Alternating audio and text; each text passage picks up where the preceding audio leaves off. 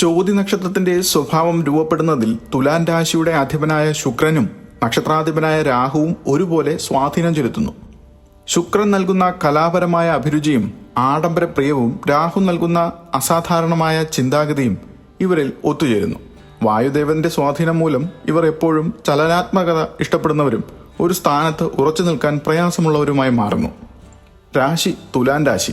നക്ഷത്രാധിപൻ രാഹു, ആദേശ ദേവത വായു, ചിഹ്നം ഇളം ചെടി, വാൾ അല്ലെങ്കിൽ പവിഴം, ഗുണം താമസം, വർണ്ണം കറുപ്പ്, മൃഗം പോത്ത്, പക്ഷി തേനീച്ച, വൃക്ഷം നീർമരുത് എന്നിവ.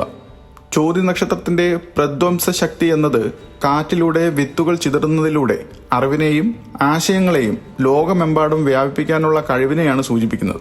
ഇത് ഇവരെ മികച്ച ആശയവിനിമയക്കാരാക്കാനും വിജ്ഞാന വിതരണക്കാരായി മാറ്റുന്നുണ്ട്.